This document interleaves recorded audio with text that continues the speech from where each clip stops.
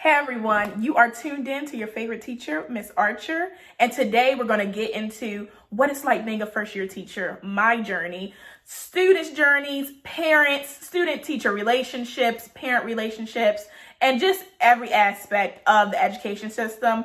And also, we are going to touch on what it's like during this time being a student and an educator during the coronavirus. Remember, you're tuned in with Suave the Model. This is Suave the model. Interviews with public figures and I offer knowledge. When it comes to real estate, consider me a GOAT. Whoa. This is Suave. What's up, y'all? It's your boy Suave the model here with Ms.Archer. And today we're going to talk a little bit about the school systems, specifically in Baltimore City, but Baltimore in general. Alright, so to get us started, let's talk a little bit about your journey, what it is that you do, what classes you teach, and how long you've been teaching. So I am in my first year of teaching, you guys. I teach in Baltimore City, West Baltimore. Can't say the specific school, but I teach juniors and seniors in high school English. Okay. And how has your journey been getting to this point? Like your education, what have you done? Mm-hmm. I know I met you specifically at Morgan State University. Mm-hmm.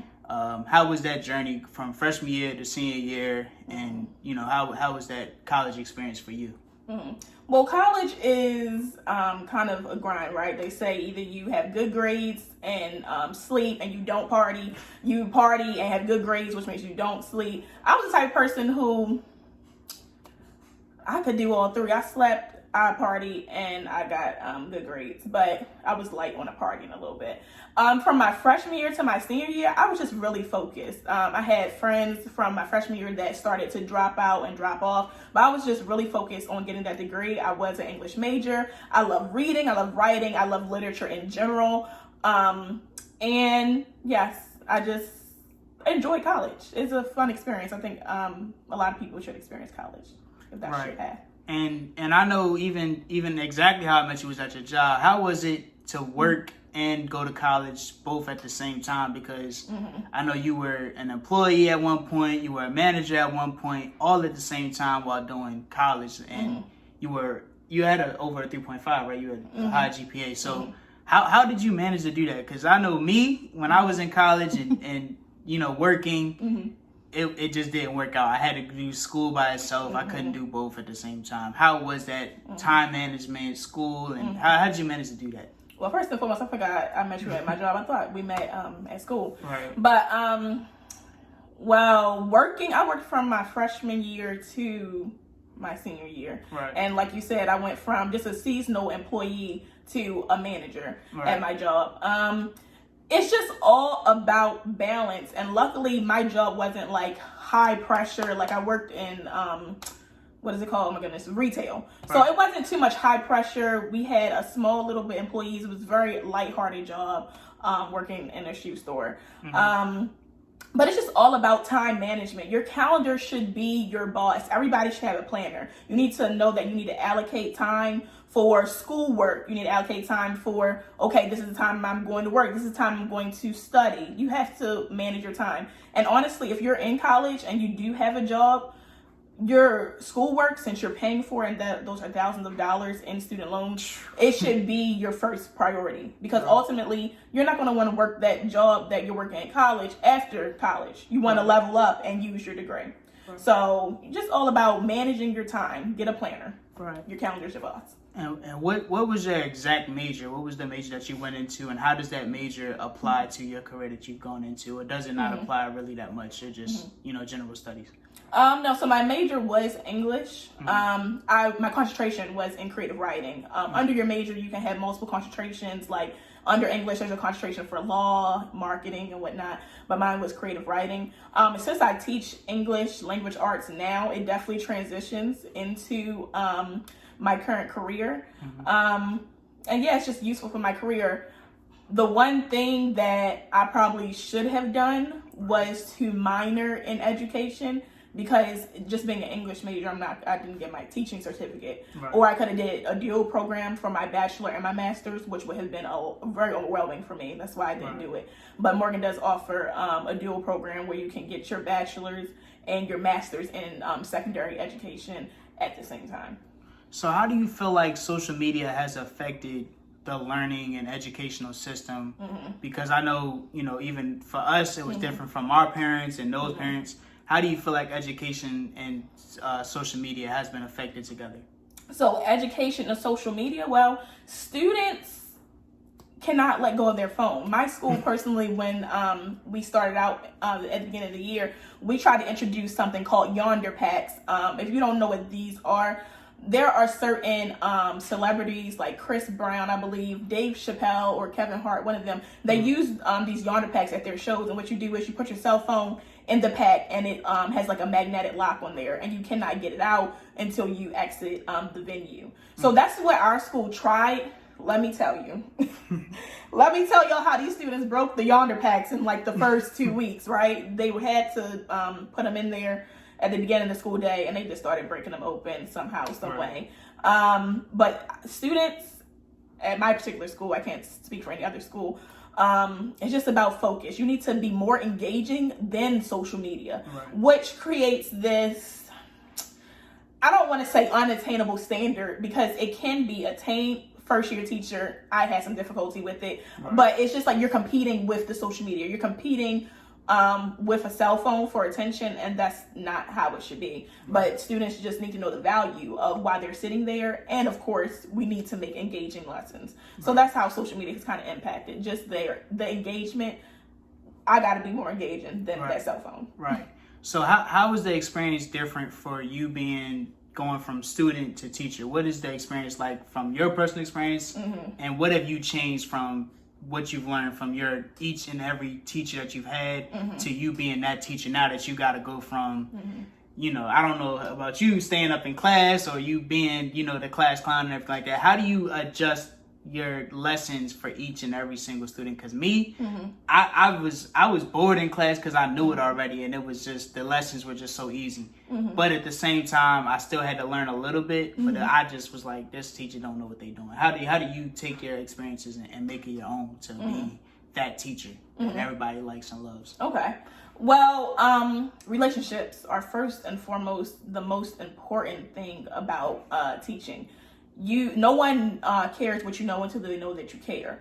So my students, I had to build a relationship with them, and let me tell you, it wasn't easy. The first 2 weeks were probably the hardest experience that I had throughout the school year, because the students didn't know me. I'm coming into a high poverty school, Title I, and I'm sitting here maybe talking different, maybe looking different than different African-American women that they've seen and whatnot.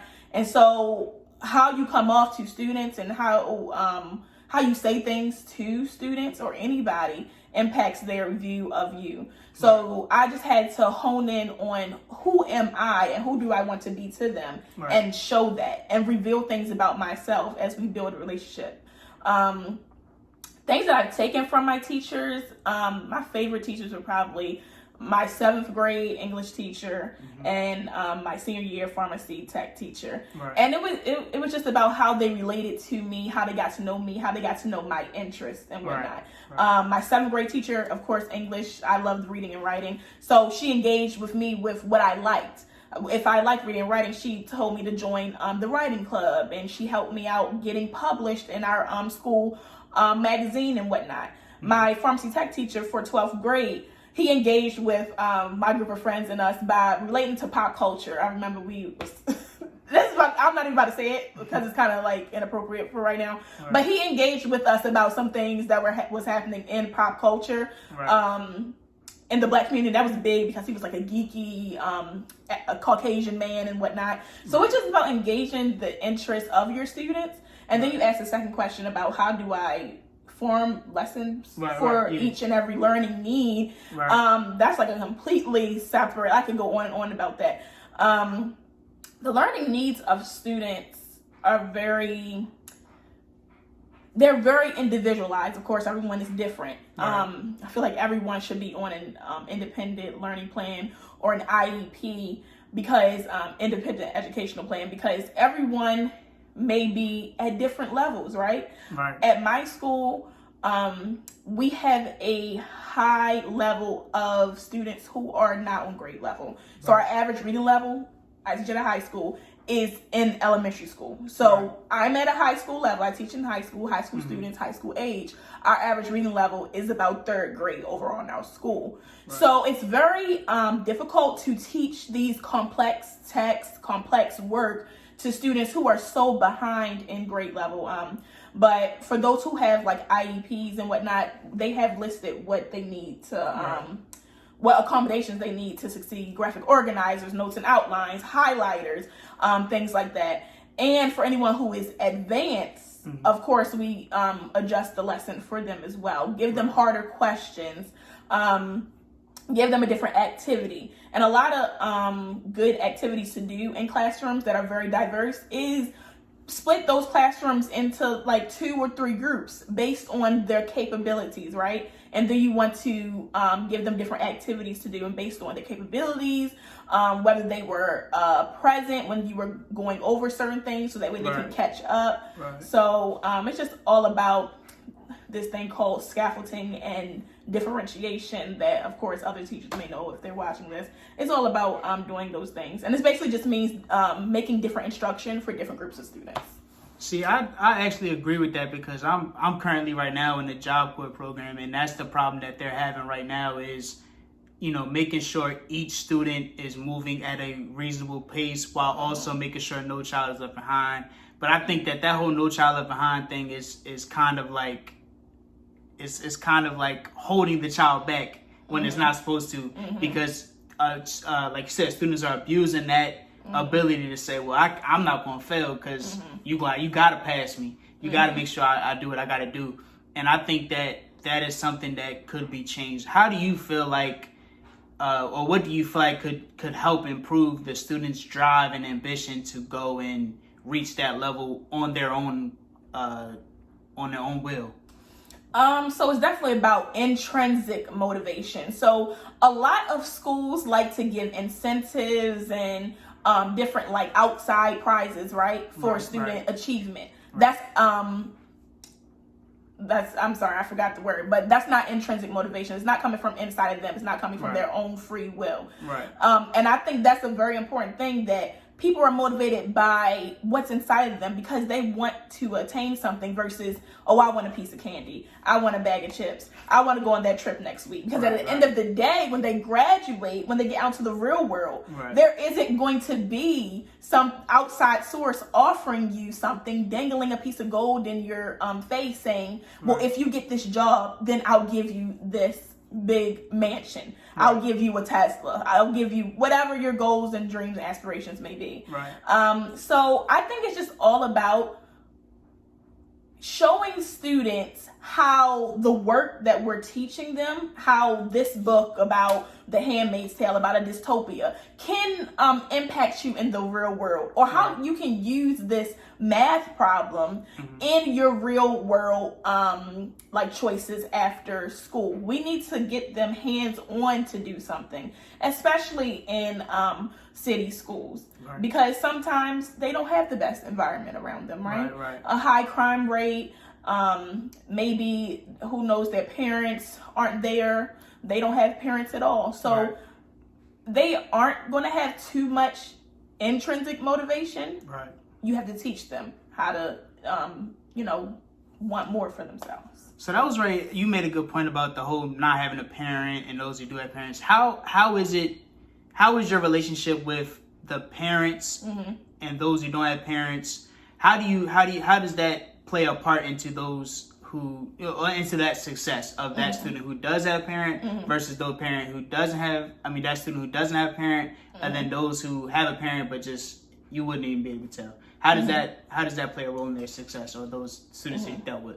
Well, your parent or guardian or whoever you live with is ultimately your first teacher, right? If I'm not taught how to talk properly with my parents, then or taught respect for my parents, what I'm going to show to the outside world is exactly what I learned at home. So relationships, parent and teacher relationships, are essential to moving a child forward in their educational process, because ultimately that's who you go home to every night. And those are the people who are rooting for you the most. As your educator, I am definitely rooting for you, right? But a love from a parent is something that I can't compete with. I can't, my love isn't as valued as a parent's love, right? So that's just essential to make sure that me and the parent are on the same page, teaching the parents need to work together and collaborate. And parents need to be a part of PTAs and different developments that's going on at the school, because, you know, band together to move education forward in your city, at your school. Because ultimately, who else is making a decision? The principal, the people at the district office. So you just want to have an impact on what your student is learning, how they're learning it, and why they're learning it. I ain't gonna lie, I used to, when my dad went to the parent-teacher conferences, I used to hate that so much, because the teachers would be like, he has so much potential, and it used to bother me so much. But now that I'm looking back at it, it's like I understand, and I love my dad because of that, because it's like he was on track of what the layout was with the teacher plan.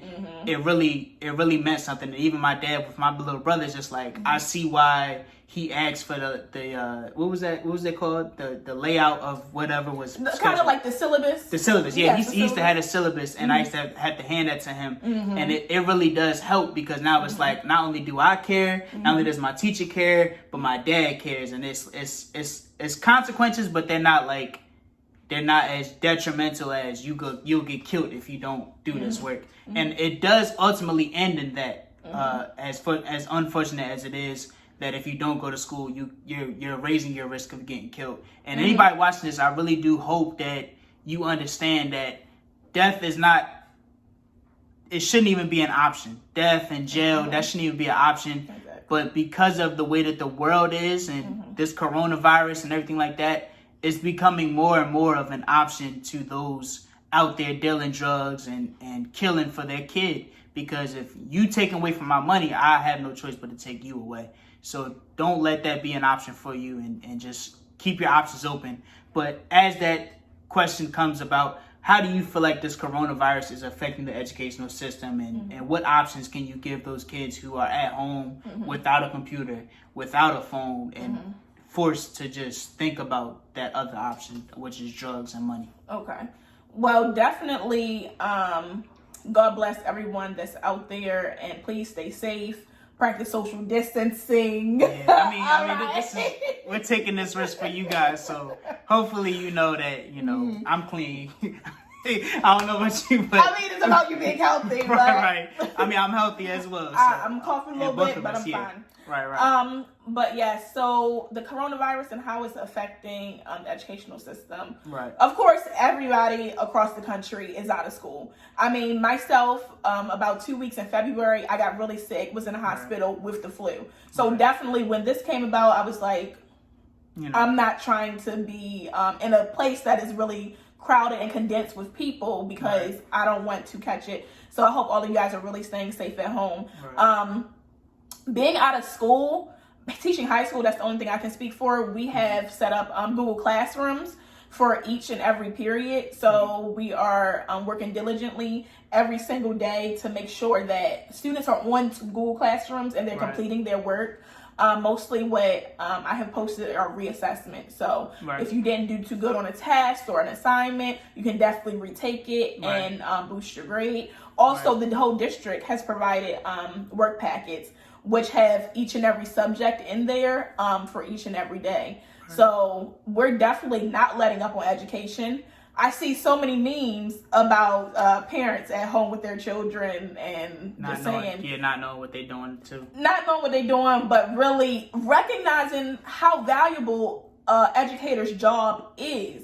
Because at the end of the day, parents are smart, but y'all don't know the exact stuff that we're going over in class. So it just opens your eyes to how valuable a teacher is, how valuable the education system is, and how much nurture, care, and knowledge that students get at school. Because of course, along with these work packets and whatnot, a little more important is students need to eat. And I'm so proud of people in Baltimore City. for all of the sites that they have for students to get breakfast and lunch and dinner and snacks and whatnot. I really appreciate everybody in Baltimore City for setting all these things up, because these students need to make sure that they're taking care of themselves. Some of them are taking care of their siblings. So I'm very happy that they're getting cared for in this time. Right.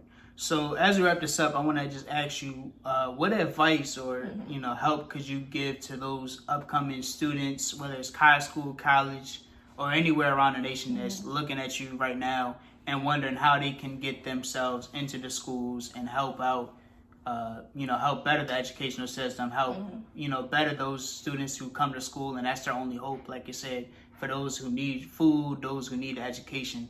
What can you give that person who's looking to make a change in the educational system? Well, first and foremost, I know everyone has heard the change begins with yourself. So as a student, you need to make sure you're engaging as much as you can. Make sure you're doing your work as much as you can, participating as much as you can. And then when you give your 100%, let us know. Give us feedback. After every single quarter, I give my students like a survey. We have like a social emotional learning circle, and I ask them, what could I have done better this quarter? What could you have done better? And what should we implement in our classroom so that way we can both see more success in the next quarter? So those who are watching, what advice can you give the students, the teachers, and those parents, and those without a parent? What can you tell them to help improve their education, their experience, and make sure that they get the full experience of being a great student in the school system? Okay, so let me start with teachers, since I'm a teacher. Right. So for those teachers who are first year teachers, you're doing a great job. Don't let anybody discourage you, talk down to you, or don't be discouraged by your day to day. Because at the end of the day, you are making an impact in your students' lives, okay? Right. They're going to remember something that you taught them, something that you taught them in the curriculum, and most likely something that you didn't teach them that's in the curriculum, like something that you're just teaching from your heart, person to person. And just remember that those relationships are essential. First year teachers, we getting through it. I feel bad because my first year is kind of cut short. I don't know if we're going back after this break. Right. But just hang in there, and please engage with your students as much as possible and their parents while they're at home. Right. Parents, please just stay engaged with your students' schoolwork. I don't care from pre-K to 12th grade. Your child still needs you even in high school. I mean, it is a really pinnacle time in their life where they're transitioning from childhood to adulthood. Right. And they need to be coddled so much. And this is the last time that they are really going to get required like mentoring, required outside advice, right? Because at the end of the day, once they turn 18, once they graduate, they open the doors to the real world. And when you're in the real world, real stuff happens. Right. So it's just a very critical time in your child's life. So please just participate, be there, and be that shoulder to ask for help, cry on, and whatnot. Right. And of course, celebrate and encourage students during this time. For my seniors and seniors all around the country, congratulations. You've made it this far. Don't give up. Keep doing those work packets. Keep doing the work on Google Classrooms or however your district has set it up. And stay encouraged. They're going to have prom, whether we go back or not. They are going to have prom. You're going to have commencement, graduation. And just stay encouraged, stay engaged. And remember, even through the comfort of your bed, now you get to stay home. Do your work. Do your work. You got what you asked for. Exactly. You can do it from home. Do your work. And I hope that everyone just enjoys their time away from their workplace. Enjoy the time with your family, your children, and your loved ones. And please stay safe. Right. And as she said before, you didn't come this far to just come this far. Finish it up. Finish with a bang. And always remember, like, each day is another blessing, another opportunity to do better than you did before. All y'all students that was on your phones and on your computers in class, remember, this is the time to take advantage of that technology that you have, that resources that you have. And even just talk to my brother during this, interview right before we talked and right before we continue this interview. He asked me, how do I continue to keep pushing with everything going on. The teachers are boring. The schoolwork, I already know it. If you do not have an 85 or 90% in your classes, do not tell me that you know it, because you don't.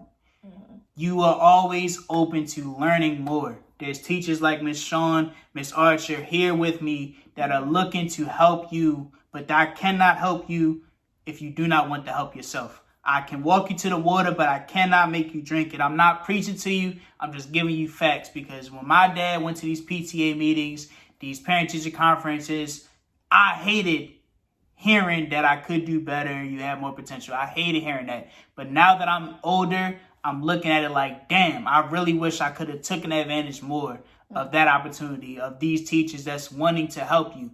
You do not know what you're getting yourself into. And I wish that you would learn what you have at your feet right now. Take advantage, take advantage, take advantage. Please tune in. Please watch all my videos. And remember to like, comment, and subscribe on these videos. And if you need any more advice, feel free to reach out to Ms. Archer if you need advice, if you want some help. Instagram, I have a teacher Instagram and a regular Instagram. Right. Both professional. My personal Instagram is at Shawn, SHAWN, Reign, REIGN. And my Instagram for my classroom is Archer, ARCHER, Academy, ACA. Don't make me spell it. Y'all can spell Academy. 410. Right. 410. So Archer Academy 410. That is my teacher Instagram. And if those who don't know how to spell, or this video is going too fast for you, it's going to be on the bottom of the screen. It'll be at the bottom of this video. Thank you so much for tuning in, and I wish that you guys are blessed throughout this coronavirus, throughout this winter break, spring break, however long this is going to go. Just remain humble, remain blessed, and continue to read and learn. This is the one thing that they cannot take from you, is your education, your wisdom, and your knowledge. Yes. Thank you again. Have a good one.